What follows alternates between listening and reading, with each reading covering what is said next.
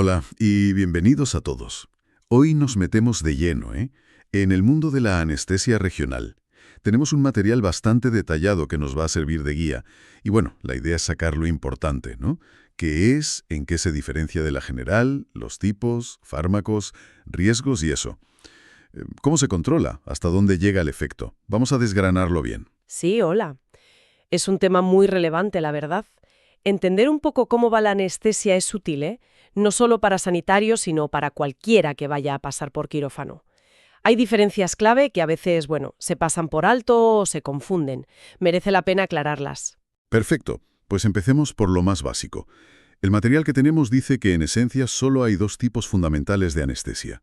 ¿Cuáles son y qué las hace tan distintas? En cuanto a objetivo, la anestesia general lo que busca es, bueno, dormir al paciente por completo. Pérdida de conciencia total. Para eso se usa una mezcla de fármacos. Hipnóticos para inducir el sueño, como el propofol, la ketamina, relajantes musculares, si hacen falta, y analgésicos muy potentes, opioides normalmente, para quitar el dolor. El objetivo es, claro, paciente dormido, quieto y sin dolor. Vale, dormido total. Eso es. Y luego está la anestesia regional. Aquí el objetivo es otro. Es bloquear la sensibilidad, que no se sienta nada, pero solo en una parte concreta del cuerpo. Y aquí está la clave. No hace falta dormir al paciente. Puede estar despierto, consciente, incluso hablando, si la cirugía lo permite. Los fármacos que se usan aquí son los anestésicos locales. Entendido.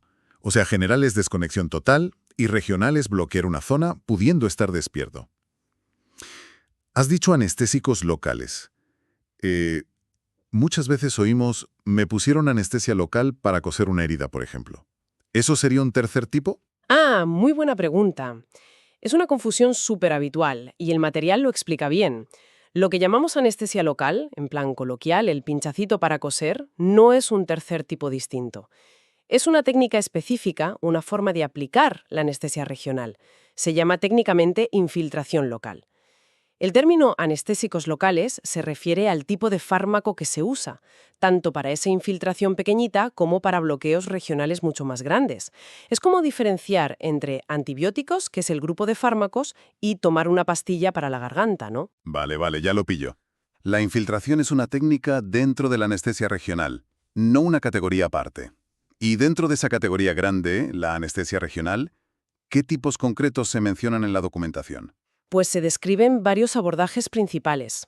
Están, por un lado, los bloqueos de plexos nerviosos. El ejemplo típico es el bloqueo del plexo braquial, que son los nervios que van al brazo. Se usa para operar el hombro, el brazo, la mano. Y, como decíamos, el paciente puede estar despierto si quiere. Ajá. Luego está la infiltración local, la que comentábamos para cosas pequeñas como quitar un lunar o coser una herida. Y finalmente está la anestesia neuroaxial. Esta es la que se pone en la espalda cerca de la médula espinal. Dentro de esta neuroaxial están la anestesia espinal y la epidural, que es donde, bueno, se centra bastante en la explicación que estamos viendo. Bien, pues vamos a meternos ahí, en la anestesia de la columna, que siempre genera, bueno, muchas preguntas y a veces un poco de respeto, ¿no? El material diferencia dos tipos principales según dónde exactamente se pone el fármaco. ¿Cuál es la diferencia clave entre la espinal y la epidural? La diferencia es puramente anatómica. Tiene que ver con una membrana que envuelve la médula, la dura madre. En la anestesia espinal, que también se llama raquidia o intradural, pues eso, intradural. La aguja atraviesa la dura madre. El anestésico se inyecta directamente ahí, en el espacio intradural, y se mezcla con el líquido cefalorraquídeo, el LCR, que baña la médula y los nervios. Dentro del saco, digamos. Justo. En cambio, en la anestesia epidural, que también se llama peridural o extradural, pues extradural, la aguja llega justo hasta antes de esa membrana, no la atraviesa. El fármaco se deja en el espacio epidural, que está por fuera de la dura madre. Y desde ahí tiene que pasar a través de la membrana para llegar a los nervios y hacer efecto. Entiendo la diferencia. Una dentro, otra fuera. Pero, ¿cómo se aseguran de estar en el sitio correcto? Sobre todo en el epidural, que parece un espacio más virtual, ¿no? Sí, es buena pregunta. El material menciona un detalle clínico muy útil. El espacio epidural, normalmente, tiene una presión negativa, un poquito más baja que la atmosférica. Entonces el anestesiólogo usa técnicas como la pérdida de resistencia. Al ir avanzando la aguja, nota una resistencia y de repente, ¡plaf! Esa resistencia desaparece al entrar en el espacio. El émbolo de la jeringa avanza fácil o incluso se aspira un poco. Eso confirma que está en el espacio epidural sin haber pinchado la dura madre. Ah, mira qué curioso. Y supongo que siendo la espalda, la zona de punción será muy concreta para que sea seguro. Importantísimo, sí. La punción, tanto para espinal como para epidural, tiene que hacerse siempre por debajo de donde acaba la médula espinal en los adultos. La médula suele terminar más o menos a la altura de la vértebra L1, a veces L2. Por seguridad, la zona de punción segura es siempre por debajo de L2. Lo ideal, lo más habitual, es pinchar entre L3 y L4, o entre L4 y L5. Ahí ya no hay médula, solo están las raíces nerviosas de la cola de caballo, que flotan en el líquido y es mucho más difícil dañarlas con la aguja. Vale, clarísimo. Diferencia anatómica y zona segura por debajo de L2. Vamos a los fármacos. ¿Qué se usa exactamente para estos bloqueos en la columna? ¿Hay alguno que sea el favorito, según la fuente? Pues la base, como ya dijimos, son los anestésicos locales. Los dos que más se nombran para el neuroeje son la lidocaína y la bupivacaína. Pero sí, el material destaca claramente la bupivacaína como el fármaco de elección para la mayoría de las situaciones en este tipo de anestesia. ¿Y por qué esa preferencia? ¿Qué tiene la bupivacaína? Principalmente su duración. La bupivacaína da un bloqueo que dura de media unas 3 horas. La lidocaína, en cambio, dura mucho menos, sobre 1 hora. Como muchas operaciones duran más de 1 hora, pues la bupivacaína da un margen más amplio, cubre mejor la mayoría de cirugías que se hacen con anestesia en la espalda. Es más práctica, digamos. Claro, la duración es clave. Además de los anestésicos locales, también se menciona que se pueden añadir opiáceos como ayudantes, ¿sabes? Dosis pequeñitas de fentanilo o morfina ahí mismo, en el espacio espinal o epidural. No es para dormir, sino para reforzar la analgesia, para que el control del dolor sea mejor, sobre todo después de la operación. Entendido. Bupivacaína por duración y opción de añadir opiáceos para el dolor. Pero claro, como en todo habrá posibles pegas. ¿Cuáles son las complicaciones más típicas de estas técnicas y qué situaciones impedirían hacerlas? Efectivamente, hay que hablar de riesgos y contraindicaciones. Entre las complicaciones frecuentes, el material pone el foco en la hipotensión arterial, la bajada de tensión. Dice que es la más importante y la más habitual. Pasa porque los anestésicos locales bloquean también los nervios simpáticos, los que controlan que los vasos sanguíneos estén contraídos.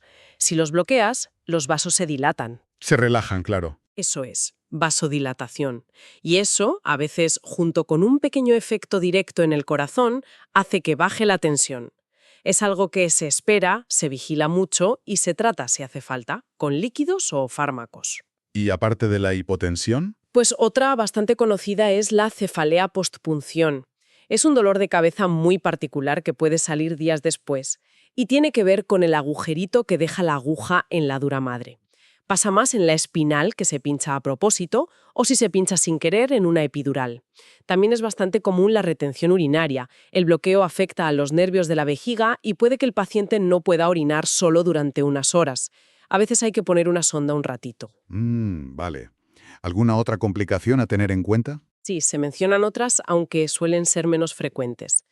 Náuseas, vómitos, que el intestino se pare un poco temporalmente, íleo, picor, sobre todo si se usan opiáceos, y cosas más raras pero serias, como un hematoma donde se ha pinchado o una infección. De acuerdo. ¿Y cuándo estaría totalmente prohibido, digamos, hacer una anestesia de este tipo? Las contraindicaciones absolutas. La fuente las divide bien en absolutas y relativas. Las absolutas son las que, en principio, impiden hacerla. La primera, y lo subraya mucho el texto, es la negativa del paciente. Si el paciente, bien informado, no quiere, no se hace. Su autonomía es lo primero. Otras, absolutas. Tener la presión dentro del cráneo muy alta, hipertensión intracraneal, por riesgo de complicaciones graves al pinchar. Una infección clara en la piel, justo donde se va a pinchar. Estar en shock o con una falta de volumen sanguíneo muy grave, hipovolemia severa, que no se haya podido corregir, porque la hipotensión de la anestesia sería peligrosísima. Y tener un problema serio de coagulación no corregido por el riesgo de sangrar y formar un hematoma que comprima los nervios. Entendido. La negativa del paciente, lo más importante. Absolutamente. Y un detalle que añade la fuente es que algunos consideran la hipovolemia y los problemas de coagulación como relativas si se pueden corregir bien antes de empezar. Es un matiz. ¿Y las relativas? Cuando hay que pensárselo más. Las relativas son situaciones donde hay más riesgo o es más difícil y hay que valorar si compensa. Por ejemplo, cirugías que se esperan muy largas, más de 3 horas. Si solo vas a poner una dosis única de bupi espinal, porque se quedaría corta. Ahí quizás mejor una epidural con catéter para ir añadiendo. Otra relativa si necesitas un bloqueo muy alto por encima de la vértebra T7. Cuanto más sube, más riesgo de que baje mucho el ritmo del corazón, bradicardia. Oye, y una duda frecuente. Si alguien tiene la espalda desviada, escoliosis o mucha curva lumbar, ¿se puede poner la epidural o la raquidia? Muy buena pregunta, sí. El material es bastante claro. Tener escoliosis o hiperlordosis no es una contraindicación absoluta, no lo impide. Lo que sí puede pasar es que sea técnicamente más difícil para el anestesiólogo encontrar el sitio correcto para pinchar. Pero vamos, que normalmente se puede hacer adaptándose a la anatomía de cada uno. Genial, eso aclarado. Y llegamos a una parte que parece clave. ¿Cómo demonios se controla hasta dónde sube el efecto de la anestesia? O sea, pinchas en L4 y quieres que llegue hasta el ombligo, pero no hasta el cuello. Parece cosa de magia. Jaja, bueno, magia no es, pero sí que es un arte basado en la ciencia. Depende de varios factores que interactúan. La fuente los agrupa bien. Factores del paciente, factores del propio fármaco y de la técnica de inyección. El objetivo es conseguir el nivel justo para la cirugía, ni más ni menos, para evitar problemas. ¿Y cuáles son esos factores decisivos? Pues mira, de los factores del paciente, el material dice que el más importante es la posición del paciente justo después de pinchar y en los primeros minutos. Esto es crucial si el anestésico que usas no tiene la misma densidad que el líquido de la espalda, el LCR. La gravedad tira de él. Si usas uno más denso y sientas al paciente, el bloqueo baja. Si lo tumbas con la cabeza baja, Trendelenburgo, y usas uno menos denso, el bloqueo sube. Ostras, o sea que la postura es fundamental. Fundamental. Otros factores del paciente influyen menos. Cuánto líquido tenga en la espalda, la talla, el peso, cómo sea su columna. Pero la posición es la reina, sobre todo si el fármaco no es isobárico. Vale, la posición manda si la densidad no cuadra. ¿Y qué propiedades del fármaco influyen? Has mencionado la densidad. Exacto. Ahí entra la varicidad. Es simplemente comparar la densidad del anestésico con la del líquido cefalorraquídeo del paciente. La analogía que usa la fuente es útil. Si el fármaco es menos denso que el LCR, es hipovárico y tiende a flotar, a subir. Si es más denso, es hiperbárico y tiende a hundirse, a bajar. Y si tiene una densidad muy parecida, es isobárico y tiende a quedarse donde lo pones, mezclándose más homogéneamente. Vale, hipo sube, hiperbaja, iso se queda. ¿Y eso cómo se usa? Pues va ligado a la posición. Si usas uno hiperbárico, puedes usar la gravedad a tu favor.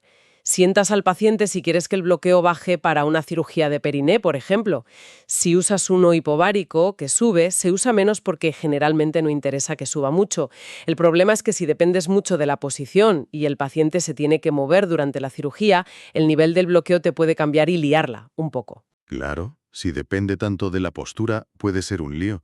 Entonces, ¿qué sería lo ideal según el material? Lo ideal, y lo dice el texto, es usar un fármaco isobárico, uno que tenga una densidad lo más parecida posible al LCR. ¿Por qué?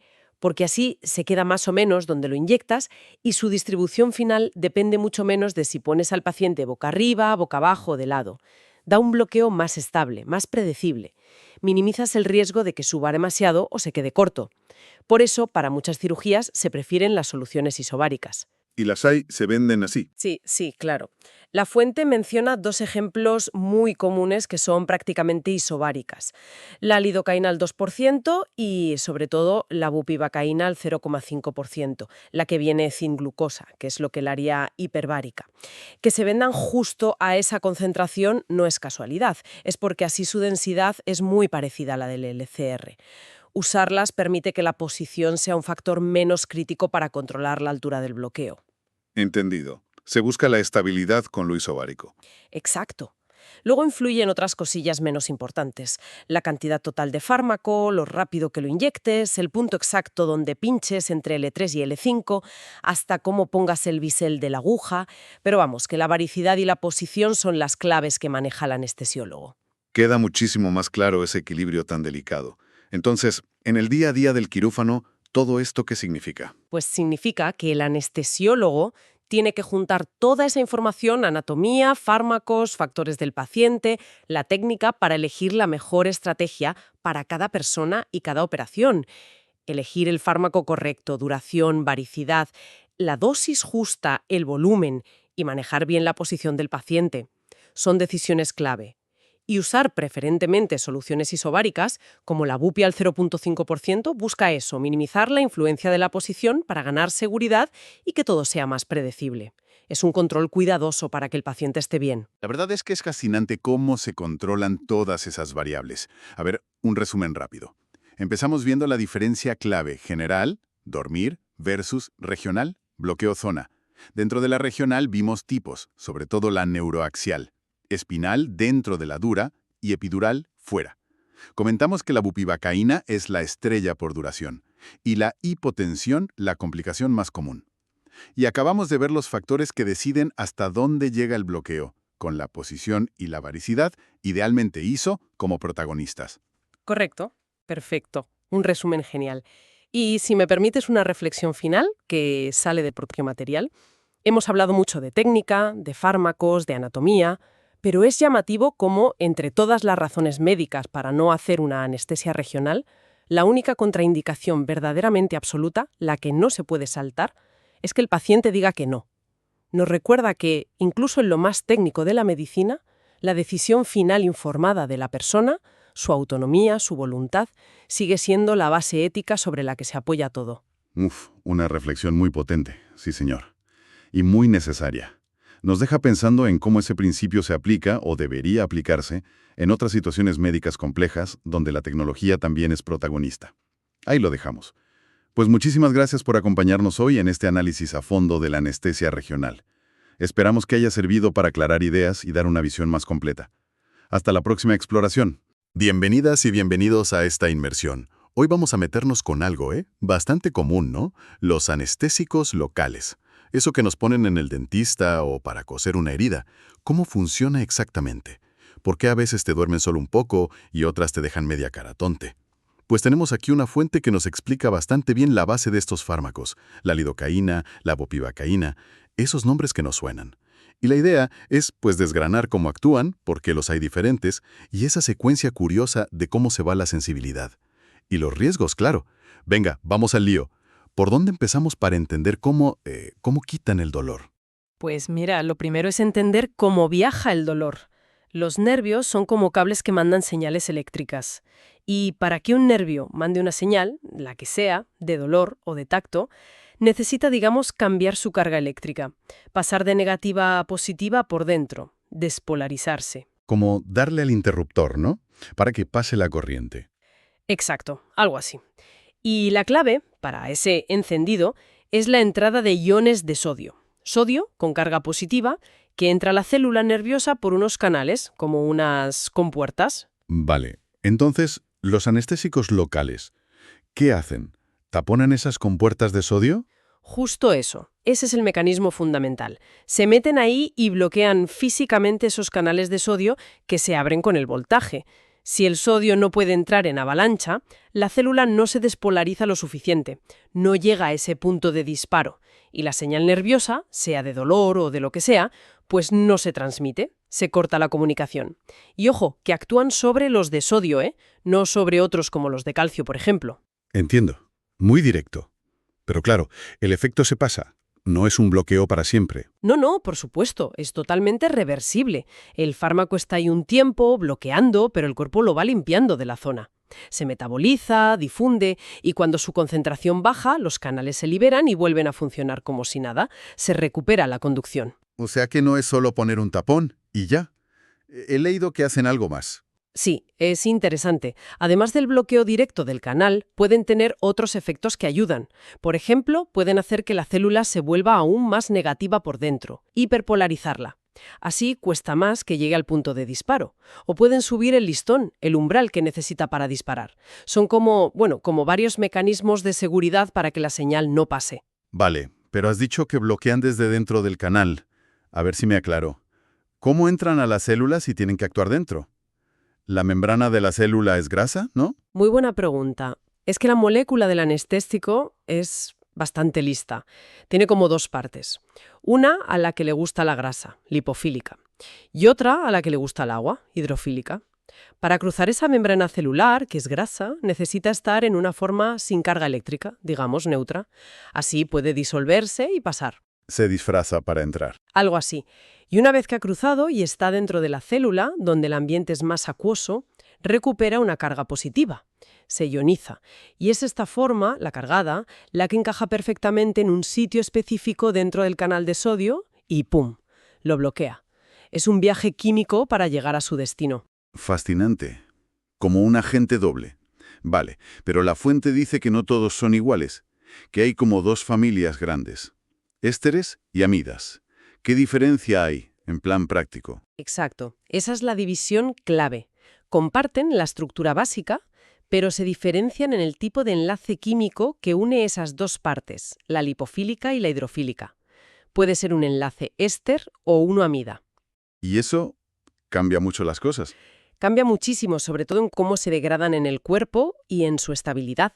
Los ésteres tienen un enlace más débil, son más inestables. Se rompen muy rápido y lo hacen directamente en la sangre, por unas enzimas que tenemos ahí flotando, las esterasas. ¿Y eso es bueno, malo? ¿Que se rompan tan rápido en la sangre? Suena un poco... Pues tiene sus inconvenientes, la verdad. Al romperse ahí, los productos de esa ruptura, los metabolitos, circulan por todo el cuerpo. Y uno de ellos, derivado del PABA, del ácido paraaminobenzoico, es conocido por poder causar reacciones alérgicas importantes en algunas personas, desde una urticaria hasta, una anafilaxia. Ostras. Sí, y además, al liberarse todo ahí en la sangre, si se absorbe mucho de golpe, puede aumentar el riesgo de toxicidad general. Por eso hoy los ésteres, como la procaína, la benzocaína, que a veces vemos en sprays para la garganta, Sí. se usan más bien para cosas tópicas, en piel o mucosas, donde la absorción a la sangre es menor. Para inyectar se prefieren otros. Vale, entiendo. Son como más delicados, ¿no? Y con más riesgo de alergias. Entonces, las amidas serán las buenas, las más seguras. En general, sí, son más robustas. El enlace amida es mucho más fuerte, más estable. No se rompen en la sangre. Necesitan viajar hasta el hígado para que las enzimas hepáticas las metabolicen. Ajá. Y que sea en el hígado es mejor. Sí, porque el proceso es más controlado. Y lo más importante, los metabolitos que se forman en el hígado no suelen dar esos problemas de alergia a tipo PABA. Y en general dan menos toxicidad sistémica. Por eso son las que más usamos hoy para casi todo. Infiltraciones, anestesia regional como la epidural, incluso algunos usos por vena. Aquí están las que todos conocemos: lidocaína, bupivacaína, mepivacaína. Son las trabajadoras principales hoy en día. Saber si es esperoamida es básico por seguridad. Vale, clarísimo. Y ahora, la parte que a mí siempre me ha resultado más curiosa. Lo que decía del dentista. Primero notas como un calor o un ardorcillo, luego ya no duele el pinchazo, pero notas que te tocan, que tiran, y al final, si te han puesto mucho, no puedes ni mover el labio. ¿Hay un orden? ¿Cómo va ese apagón por fases? Totalmente. Hay un orden muy claro. No es un interruptor general. Depende del tipo de fibra nerviosa. Tenemos distintos tipos de cablos nerviosos, ¿sabes? Algunos son muy finitos y casi sin aislante, sin mielina. Otros son más gordos y están bien forrados de mielina. Y el anestésico entra mejor en unos que en otros. Exacto. Le cuesta menos bloquear las fibras más finas y con poca o ninguna mielina. Son más vulnerables. Por eso, la secuencia suele ser así. 1. Primero se bloquean unas fibras muy finas, las B, y algunas C, que controlan los vasitos sanguíneos. Al bloquearse, los vasos se dilatan, llega más sangre y sientes calor, a veces ese ligero ardor inicial. Ah, vale. Esa es la primera sensación. Eso es. 2. Casi a la vez, o muy poquito después, caen otras fibras finas, las C y las A delta. Estas son las que llevan el dolor y la temperatura. Ahí es cuando dejas de sentir dolor. Pueden pasar unos 5 minutillos. Ya no duele. Vale. 3. Luego les toca a las A gamma. Estas tienen que ver con el tono muscular, con saber dónde están tus músculos. Al bloquearse, notas esa sensación de torpeza, como que la zona no es tuya del todo. Sí, esa sensación rara. 4. Después, las A-beta. Transmiten el tacto y la presión. Aquí es cuando ya no notas que te están tocando o apretando, aunque sepas que lo hacen. El ejemplo del dentista tirando del labio sin que notes la presión. Exacto. Y 5. Finalmente, si la concentración es suficiente, se bloquean las más gordas y mejor aisladas, las A-alfa. Estas son las motoras, las que mueven los músculos. Su bloqueo causa la parálisis. No puedes mover la jona. Son las últimas en caer. Qué pasada. Es como ir desconectando funciones, pero en un orden muy específico. ¿Y para recuperarse? ¿Se enciende todo de golpe o también va por orden? También va por orden, pero justo al revés. Lo primero que recuperas es el movimiento, las A-alfa. Ah, o sea, primero mueves y luego sientes. Bueno, primero recuperas la capacidad de mover, luego vuelve el tacto y la presión a beta, después el tono muscular y la propiocepción a gamma, y lo último en recuperarse es el dolor y la temperatura, C y A delta, junto con el tono de los vasos. Por eso a veces empiezas a notar que molesta un poco antes de poder mover bien la zona del todo. Tiene lógica. La biología es ordenada hasta para esto. Vale, hablemos de dos nombres que han salido ya. Lidocaína y bupivacaína. Son las amidas estrella. Pero, ¿en qué se diferencian? ¿Se usan para lo mismo? Son las dos muy usadas, pero no son iguales, ¿no? La lidocaína es como la opción rápida. Su efecto dura menos. La fuente dice sobre 1 hora más o menos. Ideal para cosas cortas. Coser una herida, el dentista, bloqueos pequeños. También se usa por vena para tratar arritmias, que es otro mundo. Y una cosa curiosa. Para infiltrar la piel, normalmente al 1%. Pero para la epidural o la raquianestesia se usa el 2%. ¿Por qué más concentrada ahí? Porque al 2% tiene una densidad parecida al líquido cefalorraquídeo. Es isodensa y eso ayuda a controlar cómo se reparte en ese espacio tan delicado. Si tienes un vial al 2% y vas a pinchar en la piel, hay que diluirlo. Entendido. ¿Y si da problemas la lidocaína? ¿Qué tipo de toxicidad tiene? Su punto débil, si hay sobredosis o pasa la sangre, suele ser el cerebro. Puede dar mareos, confusión, agitación, hasta convulsiones. Es principalmente neurotóxica. Vale. ¿Y la bupivacaína? Si la lido es la rápida. La bupi es la de larga duración. Aguanta mucho más, 2 o 3 horas, a veces incluso más. Por eso se usa para cirugías más largas o para dejar puesto un catéter para el dolor después de operar. Las concentraciones también varían, claro. Más diluida para infiltrar, quizás al 0,25%, y más concentrada para lo neuroaxial, al 0,5%. También por ser isodensa esa concentración. Suena muy práctica para cosas largas. ¿Alguna pega importante? Sí, y es una pega seria. Es bastante más tóxica para el corazón que la lidocaína. Es cardiotóxica. Si pasa a la sangre por error una cantidad significativa, puede provocar problemas graves. Bajadas de ritmo cardíaco muy fuertes, arritmias peligrosas. Uf. Sí, hay que tener mucho cuidado con la dosis y la técnica, sobre todo en gente con problemas de corazón previos. La seguridad aquí es clave. Esto nos lleva de cabeza al tema de la seguridad. Son fármacos geniales, pero no son agua. Si algo sale mal, si se absorbe mucho o se pincha donde no es, ¿qué pasa? ¿Cómo se reconoce esa toxicidad sistémica en LAST?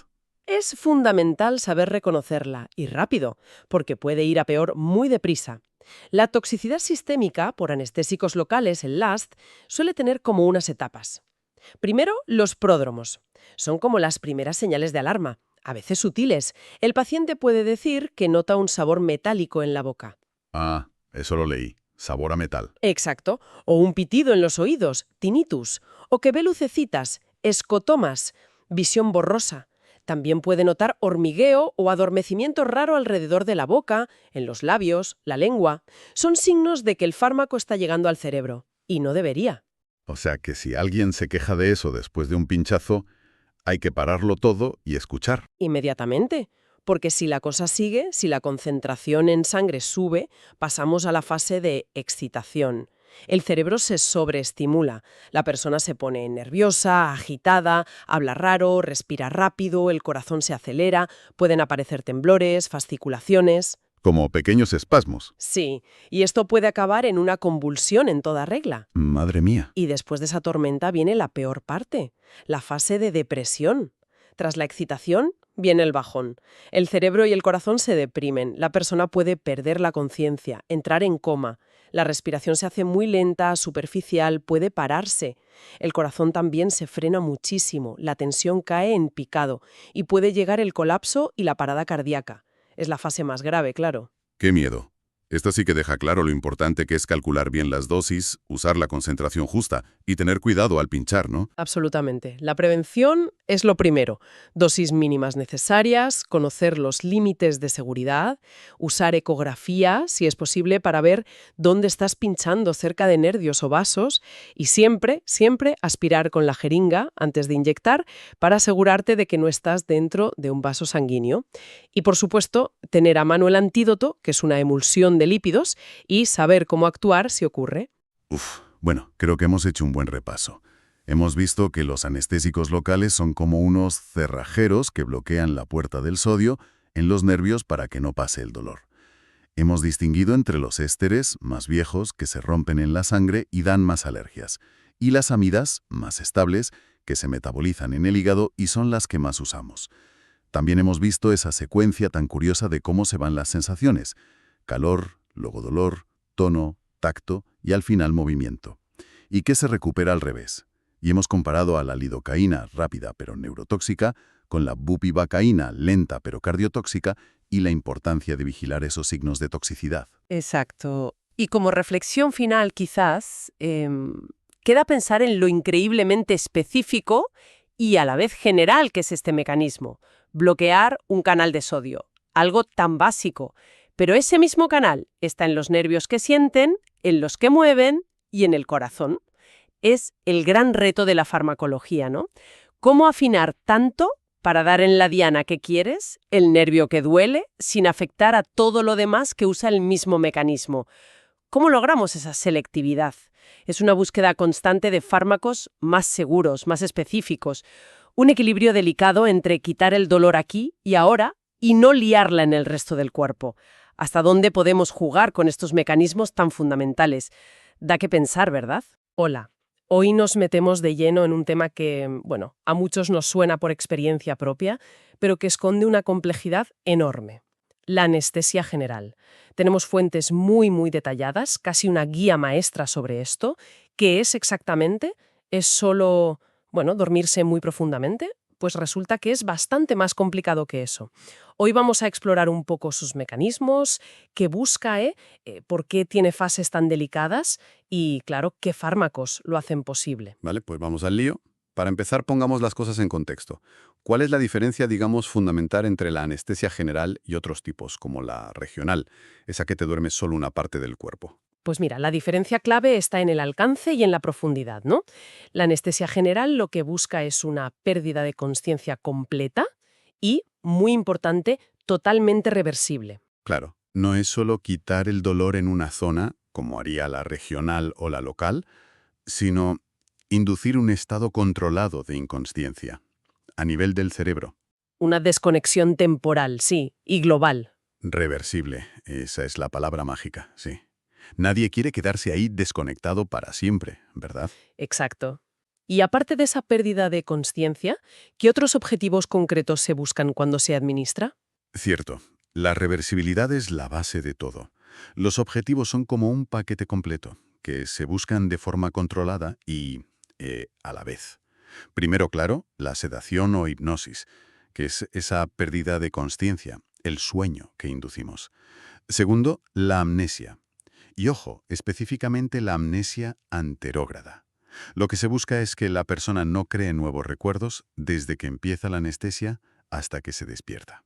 Sí, las fuentes lo explican muy bien con ese ejemplo. Lo último que quizás recuerdas es la mascarilla, a lo mejor con un olor raro, Eso es. y lo siguiente ya es despertar en la sala de recuperación con todo hecho. Eso es lo que se quiere, ¿no? Justo. Porque si alguien olvidara cosas de antes de la operación, eso sería amnesia retrógrada, y eso sería un efecto malo, no el objetivo. Precisamente.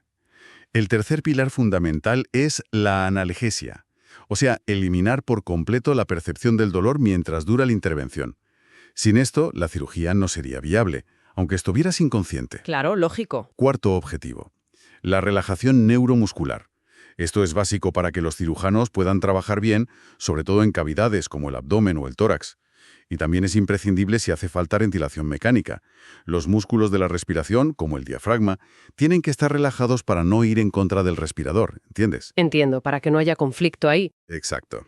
Y un quinto objetivo, que a veces se ve menos, pero es importante, es el control de los reflejos del sistema nervioso autónomo.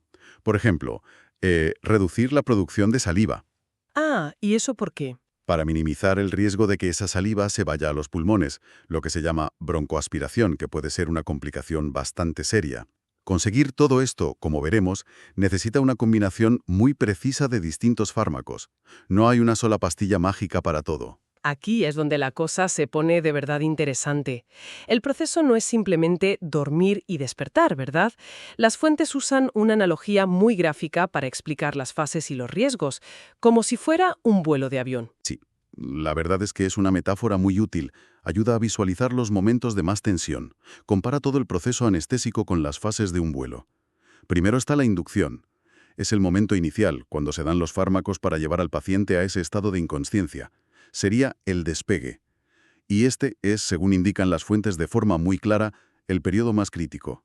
Aquí se concentra el mayor riesgo de complicaciones graves, incluso de mortalidad. Como en un despegue de avión real, vamos, máxima concentración y seguir los protocolos a rajatabla. ¿Entiendo? O sea, ese paso de estar consciente a estar inconsciente es el momento más delicado. Justo eso. Luego viene la fase de mantenimiento, que es mientras dura la cirugía. Una vez que el estado anestésico está ya estable, es como el vuelo de crucero. Comparativamente, este es el periodo más seguro de todo el proceso. Aunque bueno, la vigilancia tiene que ser constante siempre, por supuesto. Claro. Y finalmente tenemos el despertar o la recuperación. Es cuando se empiezan a retirar los fármacos para que el paciente vuelva en sí. Esto sería como el aterrizaje. Y me imagino que también tiene su riesgo. Sí, es el segundo momento de mayor riesgo. De nuevo, igual que al aterrizar un avión, se necesita un control muy exhaustivo y seguir protocolos específicos. ¿Y qué es lo que hace que esos momentos, el despegue y el aterrizaje, sean tan especialmente peligrosos? ¿Cuál es el principal riesgo ahí?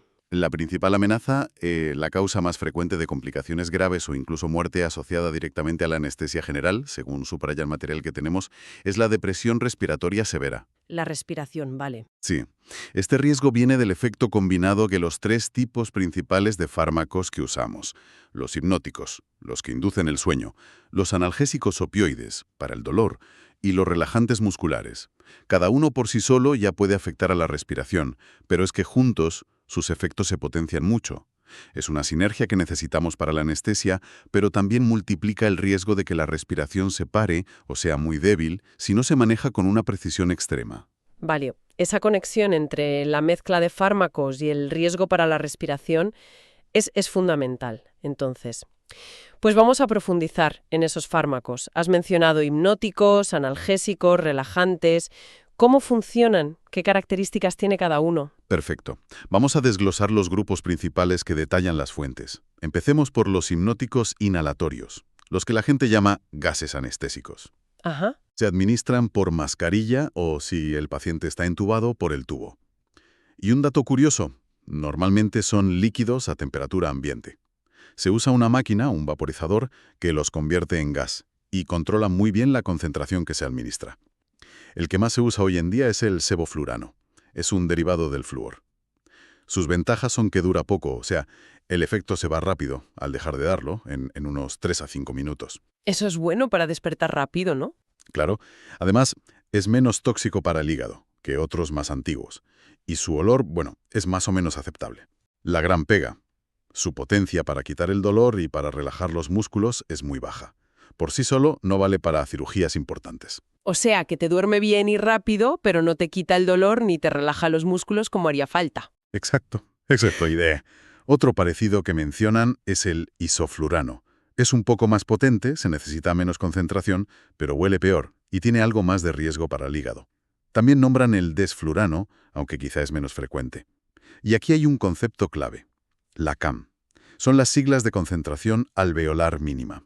CAM. Sí, mide la potencia del gas. Es la concentración mínima de ese gas en los alvéolos del pulmón que hace que la mitad de los pacientes no se muevan si les das un estímulo doloroso. Lo importante a recordar es, cuanto menor es la CAM, mayor es la potencia del fármaco. El sevoflurano tiene una CAM del 2%, el isoflurano del 1%. Si piensas que antes había gases que necesitaban CAMs altísimas casi del 100%, pues esto es un avance enorme. Entendido. Se necesita muy poquito en los pulmones para dormir, pero ¿nos siguen faltando piezas para la operación completa? Ahí es donde entran los intravenosos. Justo ahí. Pasamos entonces a los hipnóticos intravenosos. Se ponen por vena, claro. Suelen durar menos tiempo, quizá unos 15 minutos. Por eso muchas veces se ponen en infusión continua, con una bomba, para mantener el efecto. Un detalle importante es que se metabolizan en el hígado, así que hay que tener cuidado en pacientes con problemas hepáticos. Y aquí encontramos perfiles muy distintos entre ellos. Por ejemplo, la ketamina es bastante especial, tiene doble acción. Es hipnótica, duerme, pero también es analgésica, quita el dolor, porque actúa en receptores opioides, los Mu.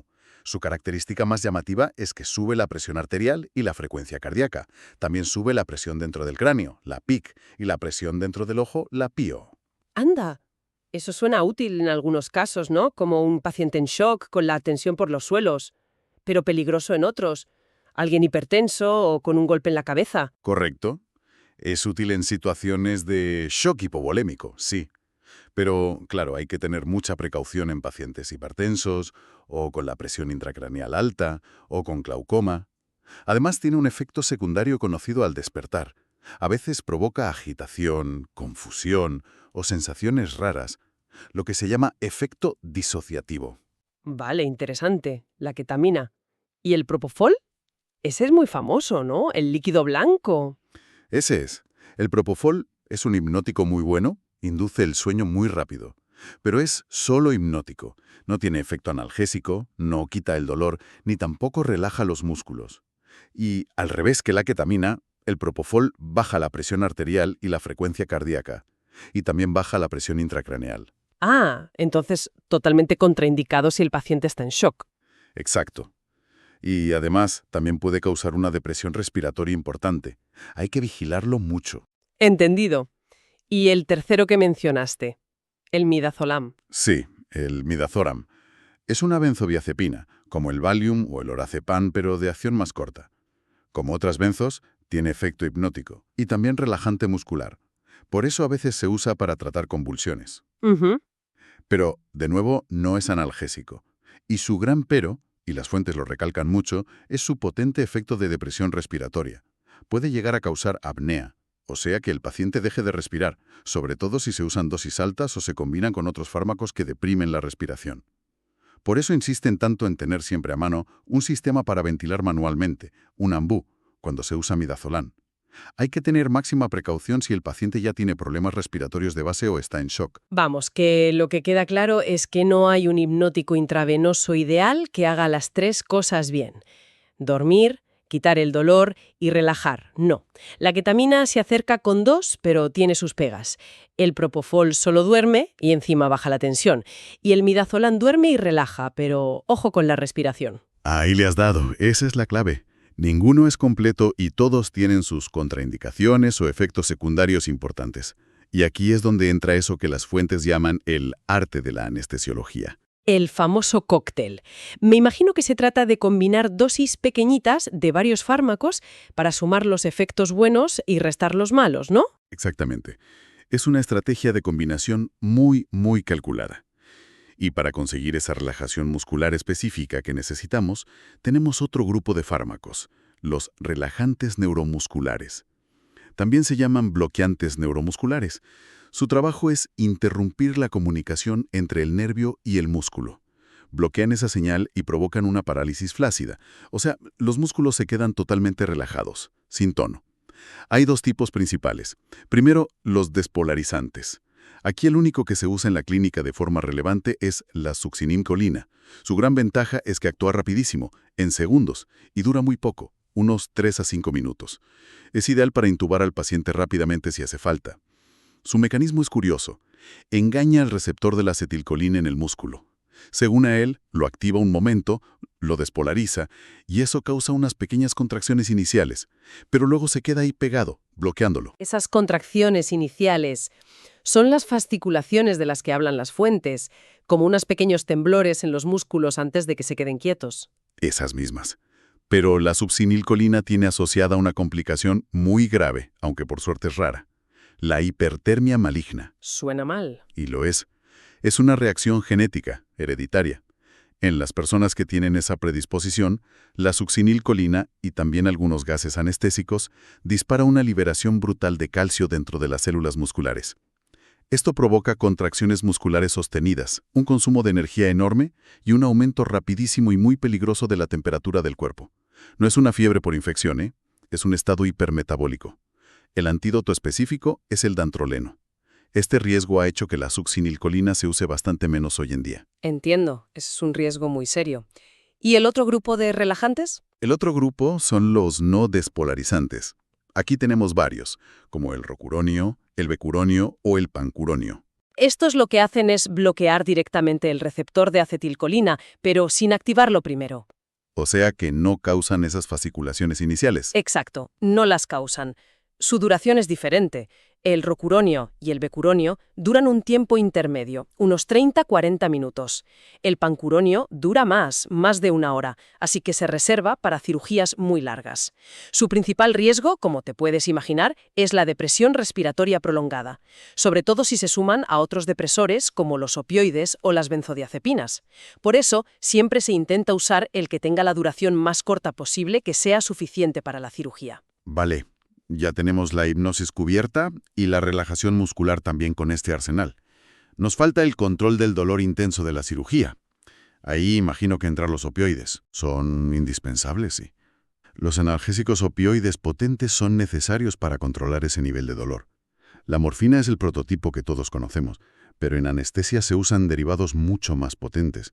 El fentanilo es un estándar, hoy en día.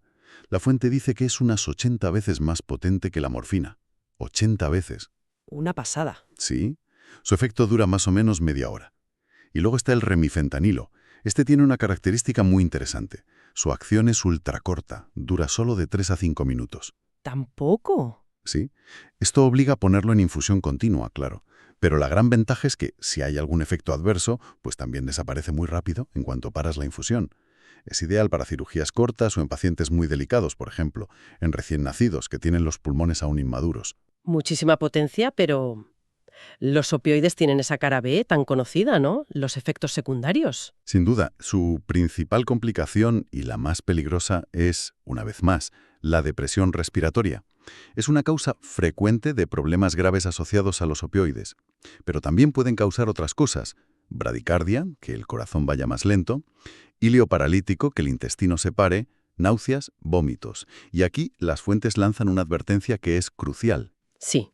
¿Cuál? Señalan muy claramente que la combinación de opioides potentes plus relajantes neuromusculares, sobre todo los no despolarizantes de duración más larga, plus benzodiazepinas como el midazolam, es la mezcla farmacológica con más potencial para causar una depresión respiratoria muy profunda, incluso una parada cardíaca, si no se maneja con una vigilancia extrema y mucho conocimiento. De hecho, la describen como la principal causa de muerte evitable durante la anestesia general. Impactante. Eso de verdad que subraya la complejidad y los riesgos que hay detrás. Entonces, si juntamos todas las piezas que hemos visto, la definición, los objetivos que se buscan, esas fases críticas del vuelo y este arsenal farmacológico tan complejo con sus pros y sus contras, ¿cuál sería la gran conclusión de todo esto? Pues la conclusión, yo creo, es que la anestesia general es un acto de equilibrio farmacológico increíblemente delicado. Se están manejando fármacos muy potentes, cada uno con sus beneficios, pero también con sus riesgos, ¿no? Y el riesgo principal, el fantasma que siempre está ahí, es la depresión respiratoria. Sobre todo en esos momentos de transición, la inducción y el despertar. El arte del que hablan las fuentes no es una forma de hablar bonita. Reside en conocer a fondo cada uno de estos fármacos, cómo interactúan entre sí, y tener la habilidad de combinarlos y dosificarlos de forma totalmente personalizada para cada paciente y para cada tipo de cirugía. Y, por supuesto, monitorizar constantemente la respuesta del paciente para poder navegar esos riesgos y garantizar la seguridad al máximo. Es ciencia, pero aplicada con una precisión altísima. Da que pensar. Hemos visto la potencia y los riesgos de cada pieza de ese cóctel anestésico y cómo esa combinación tan precisa es la clave del éxito, pero también donde reside el mayor peligro. Quizá el punto final para darle una vuelta es pensar en la increíble concentración, el conocimiento y la vigilancia continua que necesita el profesional de la anestesia para pilotar todo este proceso tan complejo. Convertir algo que tiene un potencial de riesgo tan alto en una experiencia que millones de personas viven de forma segura cada año. Eso sí que nos hace valorar de verdad ese arte del que hablaban las fuentes. Una auténtica coreografía farmacológica, ¿verdad? Ejecutada al milímetro para la seguridad de cada paciente.